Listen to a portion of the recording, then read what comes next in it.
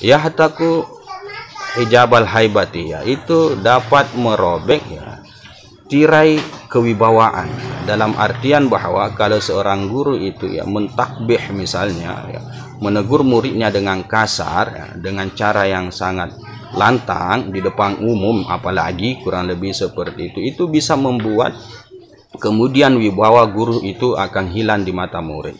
Wa muallimul fikih, dan guru fikih, pengajar ilmu fikih, ada tuh kebiasaannya takbihu ilmil hadis, itu mencela ilmu hadis, wa tafsir, dan ilmu tafsir. Nah, orang-orang yang mahir di bidang fikih juga terkadang, ya, tidak respect sama ilmu-ilmu hadis dan ilmu-ilmu tafsir. Nah, bahkan dicela, ya, takbih.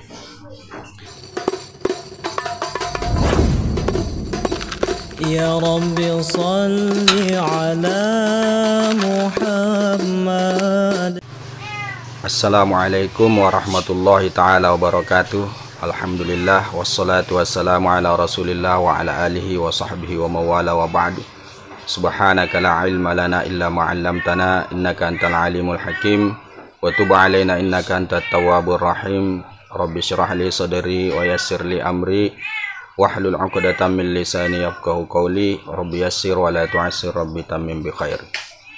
Baik ahbabana fillah, Bapak Ibu sekalian, juga rekan satri di mana saja berada, kembali kita melanjutkan kajian Ihya Ulumuddin kita. Sebelum itu kita baca Al-Fatihah dulu. Ala hadhihi niyah bisirri Al-Fatihah. Bismillahirrahmanirrahim.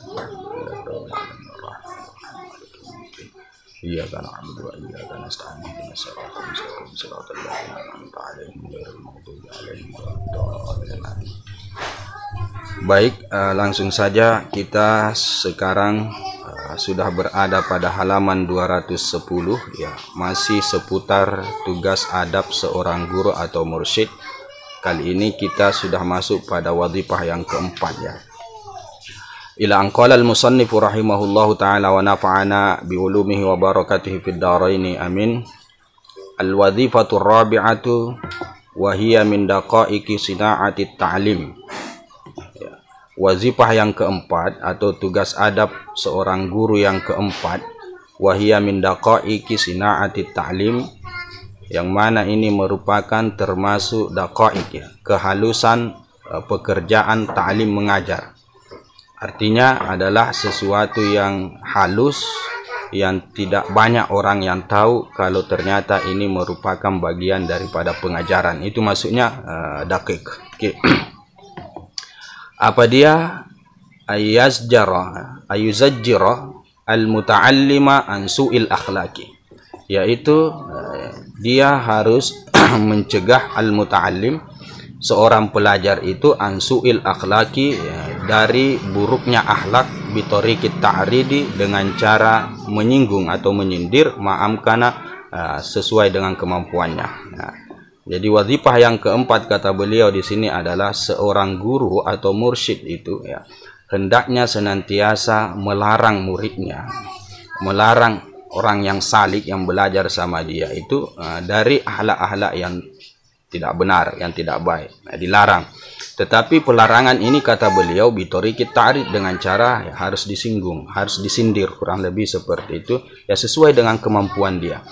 Wala yusarrihah, dan dia tidak boleh mentasrih, dalam artian, ya, membahasakan langsung pencegahan tersebut kepada muridnya.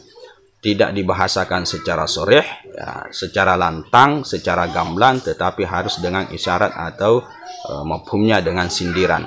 Wa bitoriqir rahmati, ya, dan dengan cara kasih sayang. La bitoriqit taubih, tidak dengan cara, ya, memburukkan, atau membuat aib.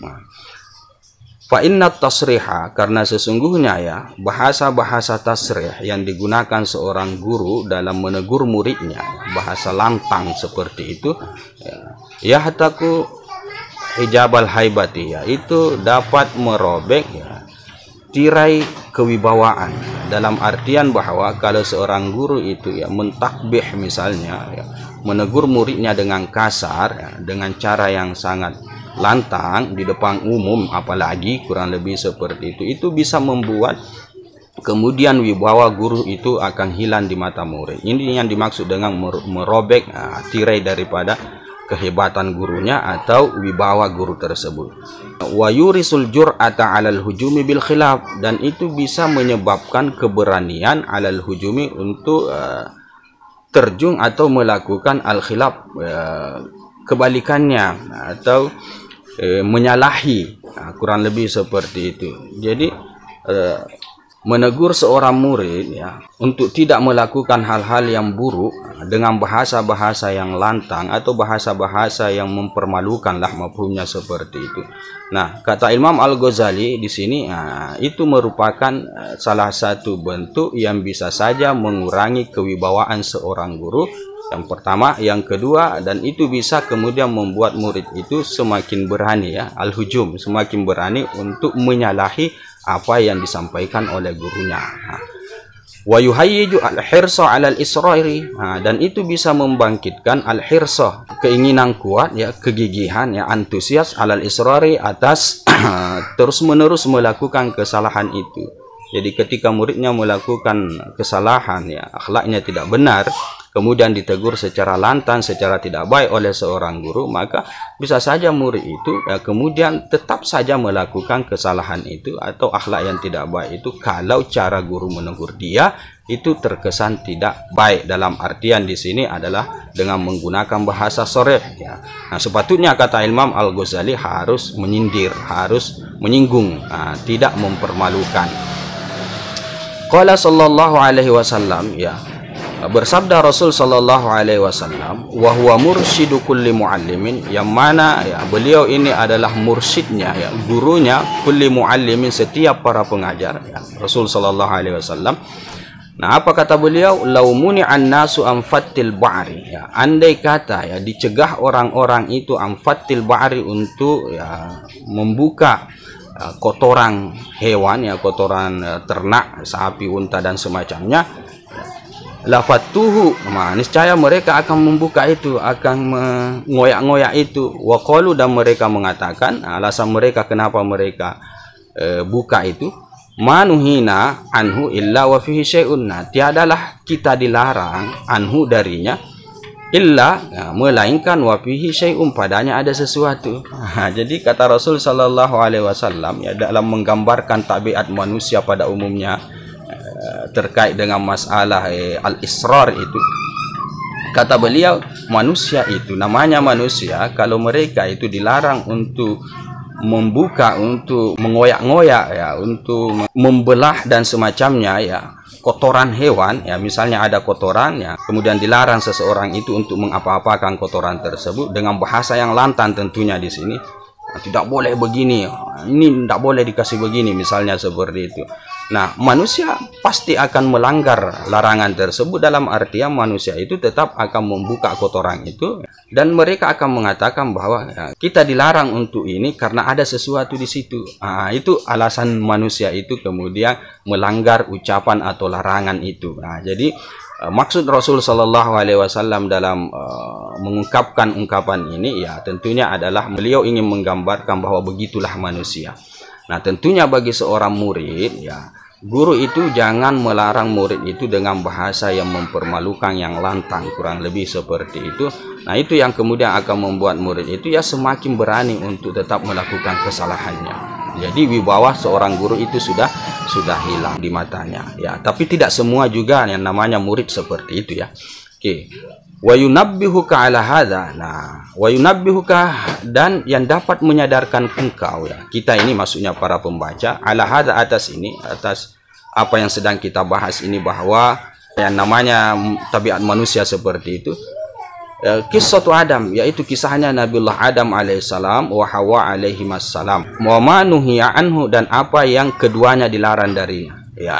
Ini dalam artian kisah Nabiullah Adam dan Sayyidatuna Hawa ketika dilarang oleh Allah Subhanahu wa taala untuk memakan buah khuldi yang ada di dalam surga. Nah, kisah ini sepatutnya merupakan tambih ya, yunabbihuka, merupakan suatu peringatan kepada kita untuk kita bisa ambil pelajarannya bahwa yang namanya manusia seperti itu dilarang tetap saja dilakukan.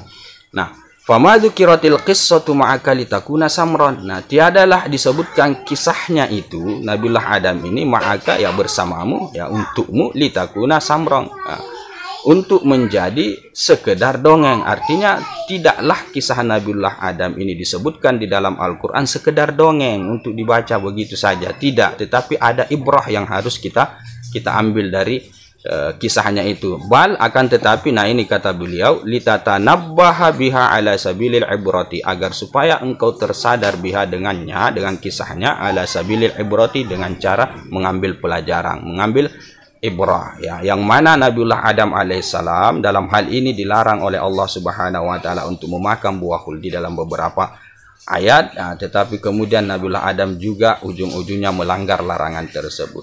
Nah, ini harus kita ambil pelajaran di ayat ini, bahwa sifat manusia yang memang seperti itu. Nah, jangan fokus kepada bahwa bentuk larangan Allah itu adalah sesuatu yang tidak benar, yang tidak sesuai dengan metode, bukan kesananya. Jadi tetap larangan Allah Subhanahu wa taala itu adalah sesuatu yang baik, mau metode apa saja yang Allah Subhanahu wa taala yang dia pakai, tetap itu merupakan sesuatu kebaikan. Yang ingin Al-Imam Al-Ghazali fokuskan di sini dalam mengutip kisahnya Nabiullah Adam ini lebih tertumpu kepada tabiat manusia. Nah, itu yang beliau ingin tekankan di sini, bahwa tabiat manusia yang seperti itu ketika dilarang tetap mereka itu selalu bersifat melanggar larangan itu. Oke.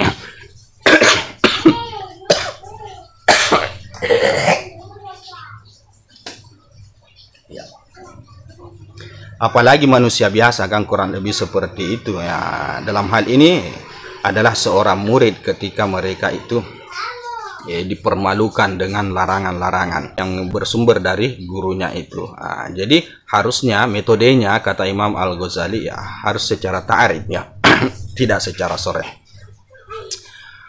Walianna ta'rido, dan karena sesungguhnya sindiran itu aidon juga, kata Imam Al-Ghazali, artinya salah satu juga manfaatnya itu sindiran, ta'rid itu, yumilun nufusa al-fadilata wal adhana dzakiyata, ya, itu mampu memalingkan jiwa yang mulia, wal adhana dzakiyata, dan pikiran yang cerdas, ya, ila istimbati ma'anihi, untuk mengistimbat, ya, memunculkan makna-maknanya, makna-makna dari apa yang dikatakan oleh gurunya itu.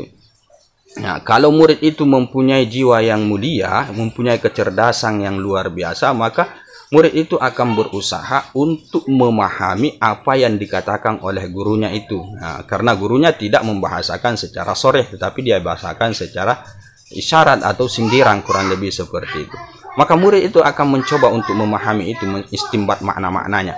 Fayufidu farhat tafattuni lima'nahu raghbatan fil ilmi bihi, liya'lama anna dzalika mimma la ya'zubu an fitanatihi. Okay.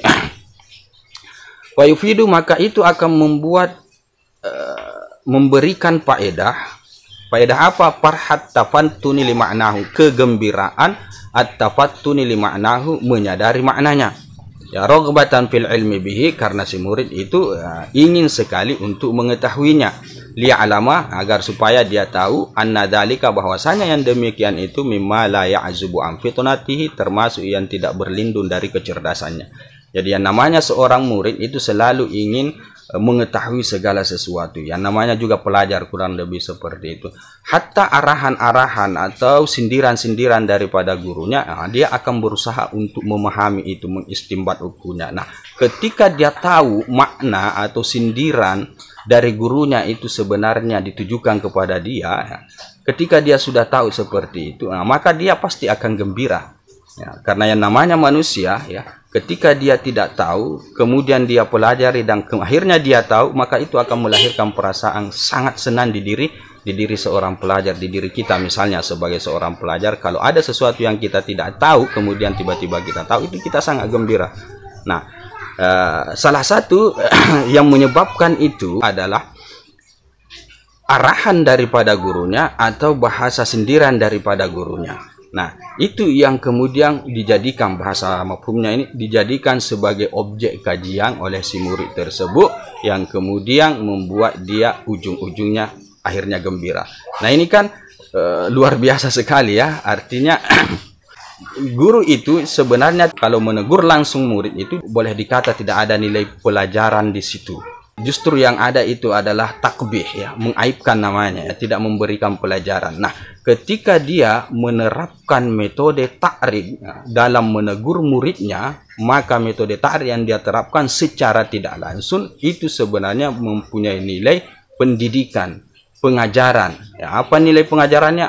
Nah, ini dia. Nah, adalah murid itu akan berusaha untuk berpikir. Nah, jadi murid itu akan memaksa pikiran dia untuk memahami apa yang dimaksud oleh gurunya. Nah, ini kan bagian daripada taklim, ya, dari seorang guru, walaupun tujuan guru itu pada dasarnya adalah menegur, kan ceritanya seperti itu.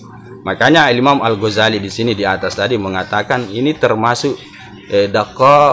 daqaiqi sina'ati ta'lim, ya, artinya masalah halus pekerjaan mengajar. Maksudnya itu halus, ya, tidak semua orang bisa tahu. Nah, kita mungkin menganggap bahwa yang namanya teguran, ya, itu bernilaikan celaan, tetapi pada dasarnya ada teguran-teguran yang memberikan nilai ta'lim. Nah, teguran apa itu? Nah, inilah teguran dengan bahasa-bahasa yang mendidik, ya, bahasa mafhumnya seperti itu, dalam artian bahasa-bahasa ta'rif. Oke. Selanjutnya al-wadhifatul khamisah, ya, tugas yang kelima, ya, adalah annal mutakaffila bi ba'dil ulumi, bahwasanya, ya, seorang pengajar yang menguasai, ya, mutakaffil artinya hanya itu saja yang dia kuasai, bi ba'dil ulum akan sebagian ilmu pengetahuan, hanya sebagian saja yang dia kuasai. Ya, misalnya dia hanya seorang guru matematika, dia hanya seorang guru fikih dan seterusnya. La yang bagi ayyuqabbiha fi nafsil muta'allimi al-ulum allati wara'ahu.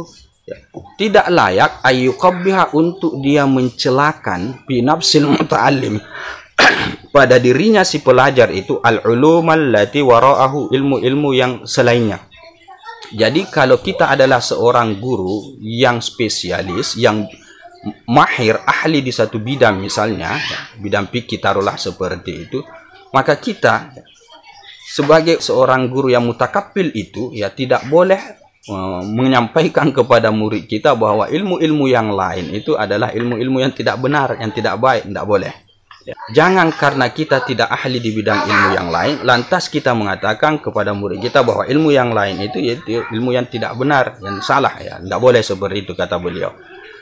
Kamu'allimil lughah, seperti misalnya pengajar ilmu bahasa, ya, bahasa Arab atau bahasa apa saja, ya, lughat.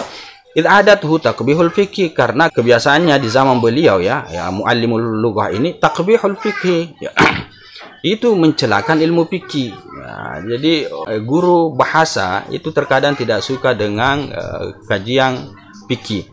Wa muallimul fikih, dan guru fikih, pengajar ilmu fikih, adatuhu, kebiasaannya takbihu ilmil hadis, itu mencela ilmu hadis, wa tafsir, dan ilmu tafsir. Nah, orang-orang yang mahir di bidang fikih juga terkadang, ya, tidak respect sama ilmu-ilmu hadis dan ilmu-ilmu tafsir. Nah, bahkan dicela, ya, takbih.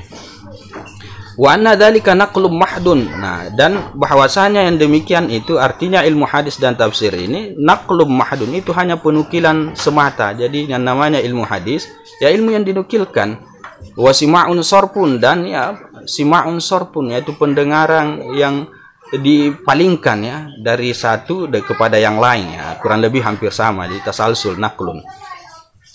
Nah, alasan mereka ini, ulama-ulama atau pengajar-pengajar fikih, kenapa mereka tidak respect, tidak suka kepada ilmu hadis dan ilmu tafsir, karena mereka mengatakan ilmu hadis dan ilmu tafsir ini adalah hanya ilmu yang dinukilkan, ya, dari Rasul Shallallahu Alaihi Wasallam sampailah saat ini. Jadi tidak ada di situ nilai plusnya bagi seseorang, bagi orang itu. Nah, karena dia hanya diterima, disampaikan kepada yang berikutnya menerima, disampaikan kepada yang berikutnya. Itu yang disebut naqlum mahdum wa sima'un sarfu wa huwa sya'nul ajais, dan itu merupakan keadaannya orang yang lemah. Artinya, ya, siapapun bisa seperti itu, orang-orang lemah bisa seperti itu. Nah, itu orang-orang yang lemah yang tidak punya kekuatan, daya, upaya di pikiran dia, bagaimana kemudian mengembangkannya. Jadi mereka banggalah sebagai orang fikih yang memang bidang mereka itu bermain di otak, ya, mengistimbah hukum dan lain sebagainya. Jadi kekuatannya ada di situ. Nah, ketika ilmu hadis dan ilmu tafsir, ya, tidak ada, ya, seperti yang ada pada mereka, ya, tidak ada nilai kekuatan pemikiran di sana, maka mereka menganggap bahwa ilmu hadis tafsir ini adalah ilmu yang lemah. Nah, ini rata-rata pengajar fikih di zaman beliau. Wala nadhra lil aqli fihi, dan tidak ada pandangan akal pada ilmu hadis dan ilmu tafsir. Nah, makanya disebut dengan lemah. Ya, tidak ada kekuatan akal untuk mengistimbab, untuk bermain di situ. Karena memang itu hanya ilmu yang tidak berubah dari sononya sampailah sekarang. Dan kita tidak bisa mengotak-atik itu. La nazara lil aqli fihi. Ya, itu yang kemudian membuat mereka menganggap bahwa ilmu hadis dan ilmu tafsir itu adalah lemah, ajiz.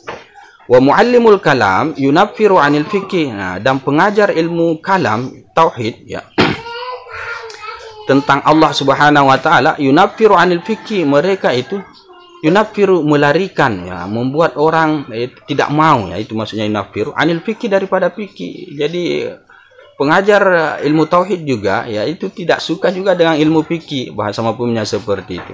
Wa yaqulu, dan ia berkata, dzalika far'un, fikih itu hanya cabangan saja, itu alasan mereka. Jadi itu hanya far', ya, cabang, bukan inti.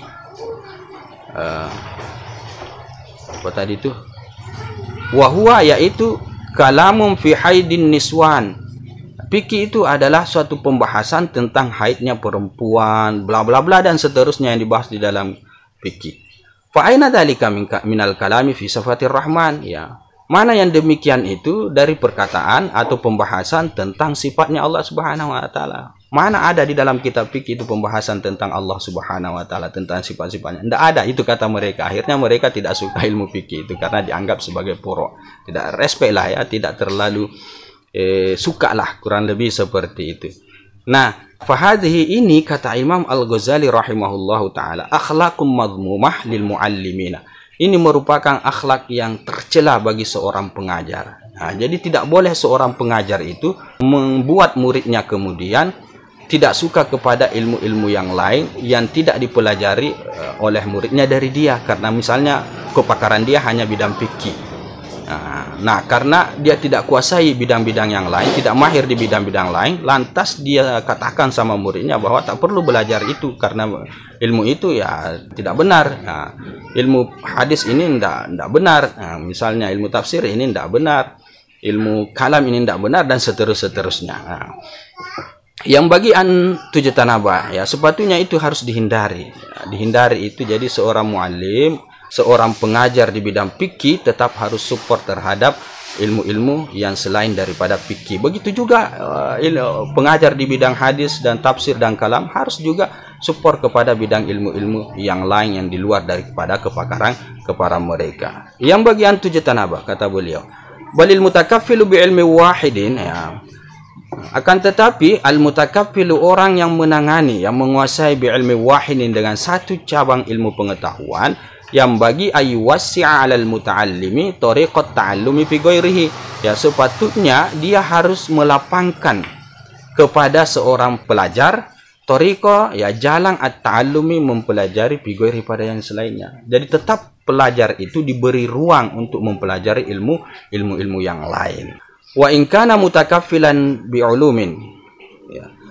Wa in kana mutakaffilan bi ulumin, dan apabila dia menangani atau menguasai ahli bi ulumin, dengan berbagai macam ilmu pengetahuan, kebetulan gurunya itu banyak, dia kuasai bidang-bidang ilmu pengetahuan misalnya, payam bagi, maka sepatutnya ayyura'iyat tadrid, dia harus mempertimbangkan at-tadrid, tahapan ilmu pengetahuan, fi tarqiyatil muta'allimi, dalam hal menanjakkan para pelajar itu min rutbatin, dari satu tahapan, ila rutbatin, kepada tahapan yang lain. Jadi kalau dia menguasai banyak bidang pengetahuan, nah, bagaimana guru yang seperti ini? Maka dia harus memperhatikan terkait dengan apa yang harus diajarkan kepada muridnya, bidang ilmu yang manakah yang lebih dulu. Dan ini kita sudah bahas pada pembahasan yang sebelumnya. Ada hal-hal ilmu pengetahuan yang harus bertahap kita ajarkan kepada seorang murid. Jadi harus pertimbangkan. Nah, misalnya yang pertama kali diajarkan kepada muridnya adalah terkait dengan masalah, ya, yang mendasar, ya, seperti masalah-masalah ibadah, masalah-masalah solat, masalah-masalah ibadah wajib, ya, kurang lebih seperti itu. Baru menanjak kepada yang lainnya. Kalau sudah mantap di masalah yang wajib, barulah yang sunnah-sunnah, ya, kemudian diajari ilmu bahasa misalnya, ilmu sharaf, kemudian menanjak ke nahwu, kemudian seterusnya ya, sesuai dengan rutbah-rutbahnya atau tingkatan-tingkatan yang mana lebih dulu didahulukan, yang mana diakhirkan. Itu saja dulu apa yang bisa kita bahas pada pertemuan kali ini. Nanti kita sambung pada pertemuan yang berikutnya pada wadhifah yang ke-6. Lebih dan kurangnya mohon dimaafkan. Hadza wabillahi taufik. Subhanakallahumma bihamdika asyhadu an la ilaha illa anta astaghfiruka wa atubu ilaik. Assalamualaikum warahmatullahi taala wabarakatuh. Ya Rabbi salli alaihi wa sallim.